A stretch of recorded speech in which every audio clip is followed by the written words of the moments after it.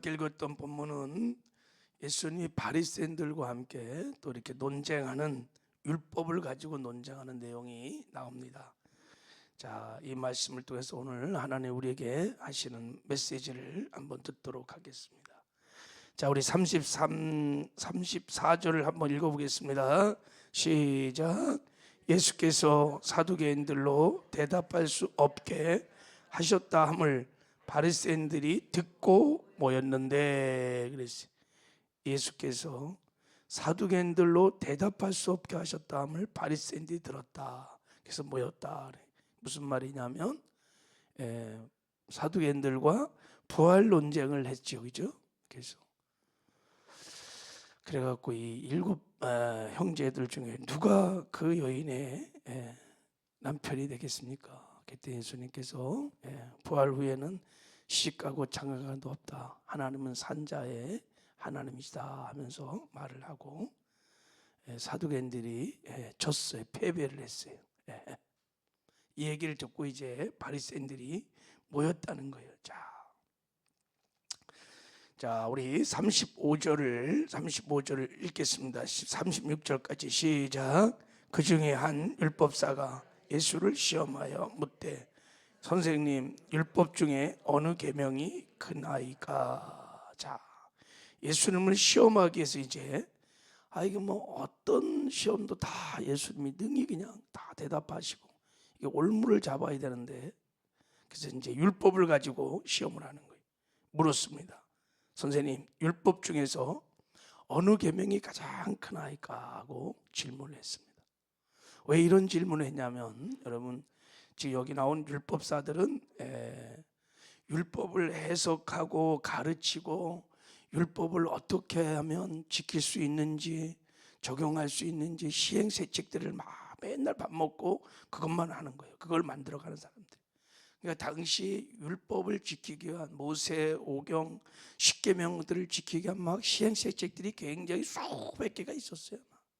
안식일에는 어떻게 해야 되는지, 뭐 몇 보를 가야 되는지, 말아야 되는지, 숟가락을 들어야지, 놔야 되는지, 뭐 복잡한 시행세책을 막 만들면서 맨날 밥 먹고 이제 모여서 뭐 하냐면 어느 게 더 중요하냐, 어느 게 좀 뭐 덜 중요하면서 맨날 논쟁하고 뭐 그런 사람들이야, 율법사들이. 그러니까 궁금하기도 했겠죠, 그죠? 무엇이 정말 최고 계명인가? 이런 질문을 던졌어요. 게다가 예수님이 이렇게 보니까 이 사람은 메시아라고 그러는데 율법을 굉장히 무시하고 율법을 잘 안 지키는 것 같아.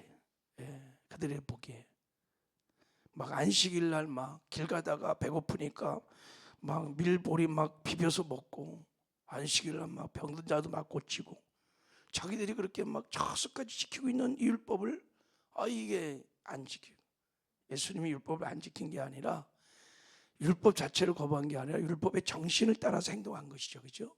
그런 것이 어떻든 이들에게 눈에 가시였어요. 그래서 묻는 거예요. 이제 이 예수가 율법에 대한 지식이 얼마나 있는지. 그래서 묻는 거예요. 선생님, 율법 중에 어느 계명이 가장 큽니까? 하고 질문했는데 예수님이 대답을 하셨어요. 즉시 명쾌하게 대답을 하셨어요. 자, 어떻게 대답하셨냐면 37절, 38절, 자 39절 쭉 읽겠습니다. 시작.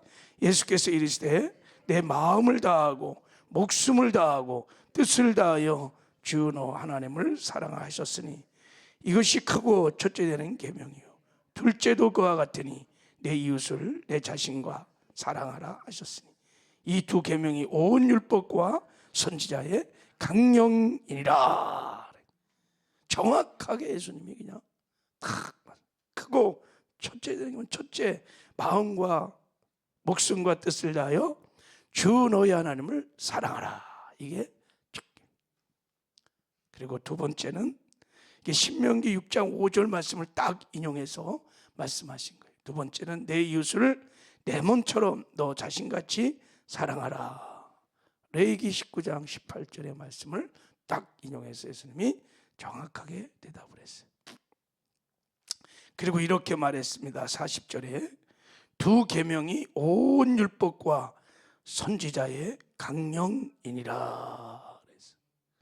온 율법, 십계명을 포함하여 모세오경, 그리고 선지자의 이게 다 뭐 역사서, 예언서들을 다 말하는 거죠.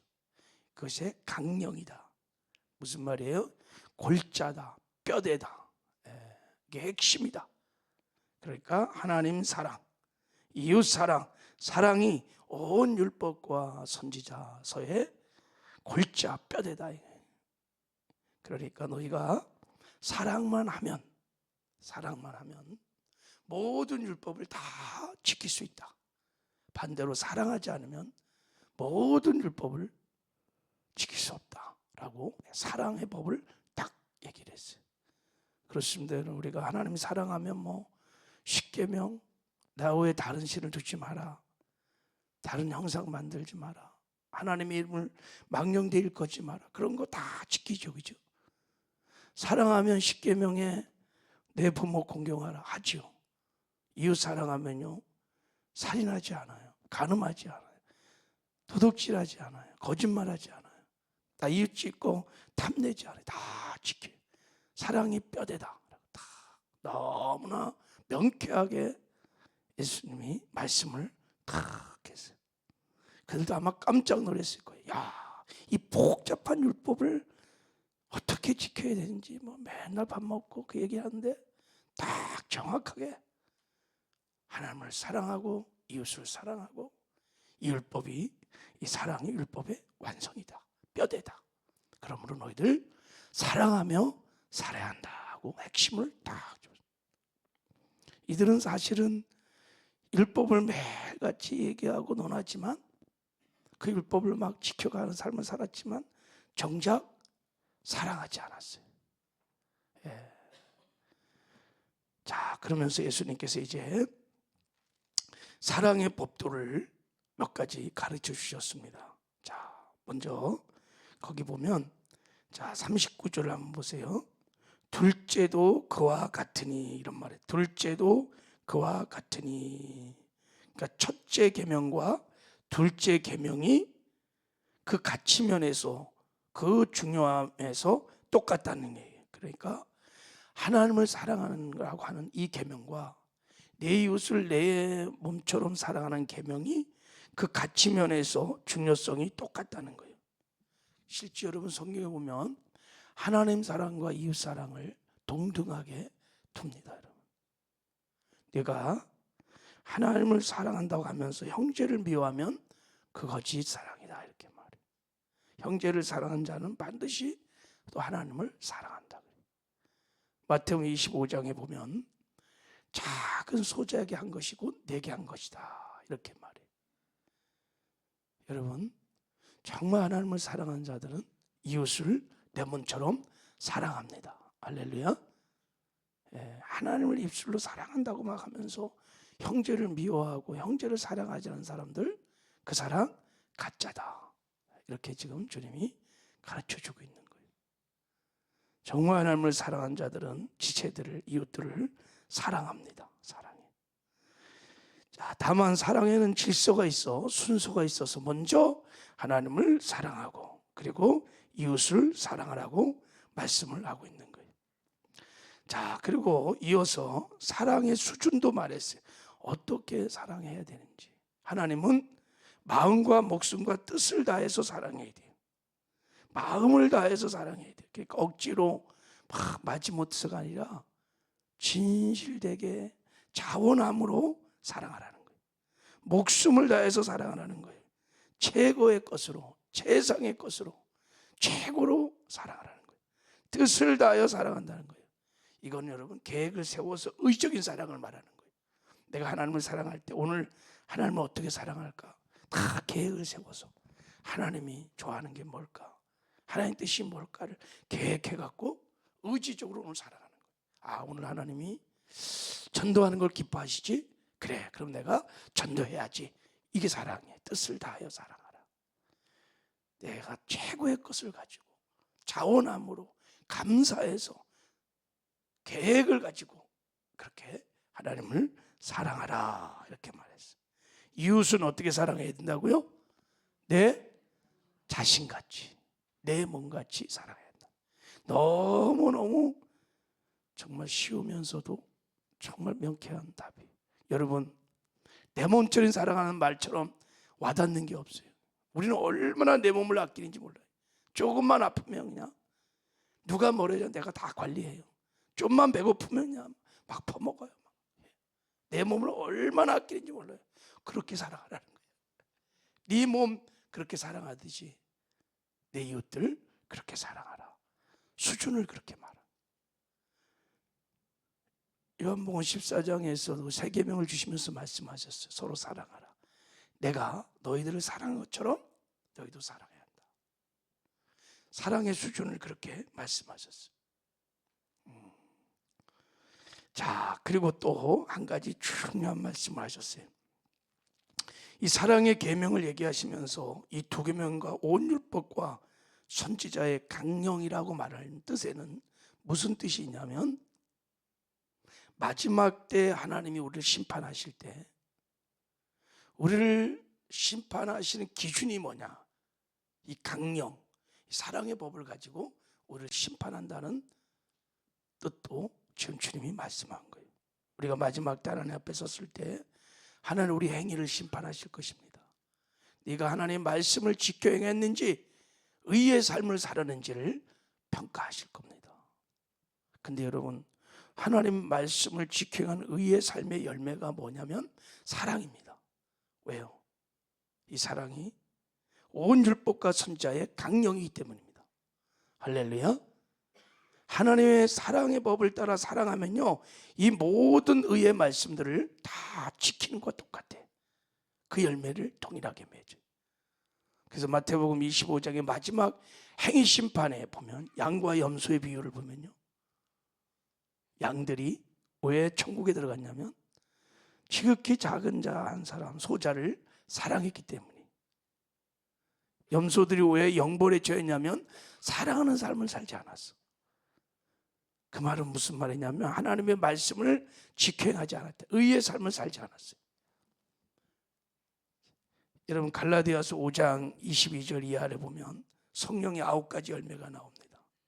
성령의 9가지 열매를 말씀하시고 이 같은 것을 금지할 법이 없느니라, 이렇게 말해요. 무슨 말입니까? 성령의 9가지 열매, 사랑의 열매를 맺는 자들은 정죄받지 않는다는 거예요. 마지막 심판대 앞에서 반드시 하나님께 의롭다 인정을 받고 천국에 들어간다는 거예요. 사랑의 열매를 맺는 사람이 가장 확실하게 알고기구나, 진짜 참 믿음을 가졌구나, 정말 하나님을 사랑하는구나, 그 사랑의 열매를 가지고 평가를 한다. 이게 강령입니다. 그럼 우리가 이 땅에 사는 동안에 여러분, 사랑하는 법을 배워서 사랑하는 삶을 살아야 돼요. 할렐루야. 우리가 주님을 경외하고 주님과 동행할 때 첫 번째 나타나는 열매가 사랑의 열매입니다. 그러므로 여러분, 우리가 이 땅에 사는 동안에 사랑하는 삶을 살아야 될 줄 믿습니다. 바리새인 같은 신앙생활 하면 안 돼요.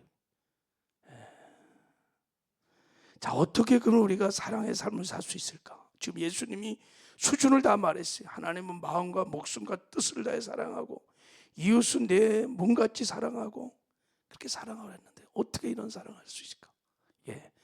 우리 힘으로는 안 돼요. 우리 능력으로는 안 돼요. 죽었다 깨어나도 이런 사랑, 아카페 사랑 못합니다. 그래서 우리에게 하나님이 사랑하는 법을 가르쳐 주셨어요. 내 힘으로는 안 되기 때문에 우리 옛사람이 죽은 거예요. 내가 그리스도와 함께 십자가에 못 박혀 죽었나니 그런 적이 이제 내가 산 것 아니요 내 안에 그리스도가 사시는 것이니라. 내가 죽고 그리스도가 사시면 우리가 마음과 목숨과 뜻을 다해 하나님 사랑하고 내 이웃을 내 몸처럼 사랑할 수 있다는 것입니다. 할렐루야. 이게 사랑의 법이에요. 내가 죽고 예수로 사는 거예요. 다른 길이 없어요. 나는요 사랑 못해요. 얼마나 나 이기적인지 몰라요. 그래서 십자가에서 우리 옛사람이 죽었음을 고백하고 내 안에 예수님이 사신 것을 믿고 늘 주님 의지하고 주님과 뜨겁게 교제하면서 주님이 주시는 사랑의 마음을 따라 우리가 순종하며 나가기 시작하면 우리도 사랑의 삶을 살게 될 줄 믿습니다. 늘 말씀드리죠. 손영원 목사님이 자기 아들을 죽인 그 원수를 어떻게 용서하고 사랑했습니까? 제정신은 불가능해요. 손영원 목사님의 그 마음으로는 불가능해요. 손영원 목사님이 그 감사의 기도 제목이 나오잖아요. 하나님, 저에게 용서하는 마음 주셔서 감사합니다. 사랑하는 마음 주셔서 감사합니다. 손영원 목사님이 나 죽고 예수로 살 때 주님이 그 마음을 주신 거예요. 사랑의 마음을, 용서의 마음을 주시니까 용서했고 사랑한 것입니다. 우리도 그렇게 해야 사랑하게 될 줄 믿습니다. 여러분, 이런 사랑의 삶을 살려면 주님과 동행해야 되는데, 그래서 속사람이 강건해야 돼요. 강건해. 늘 성령 충만하셔야 돼요. 그러면 내가 죽고 예수로 살고, 나 죽고 예수로 살면 주님이 주신 은혜로, 주님 주신 사랑의 마음으로 우리가 사랑의 삶을 살게 될 줄 믿습니다. 그래서 여러분이 이 땅에 사는 동안에 의의 열매, 사랑의 열매를 주렁주렁 맺어서 주님과도 동행하며 마지막 심판대 앞에 섰을 때 여러분 그 사랑의 열매로 의롭다함을 받고 천국에 들어가는 영광과 승리가 우리 모두에게 있기를 주님의 이름으로 축복합니다. 하나님 아버지 감사합니다. 내 마음을 다하여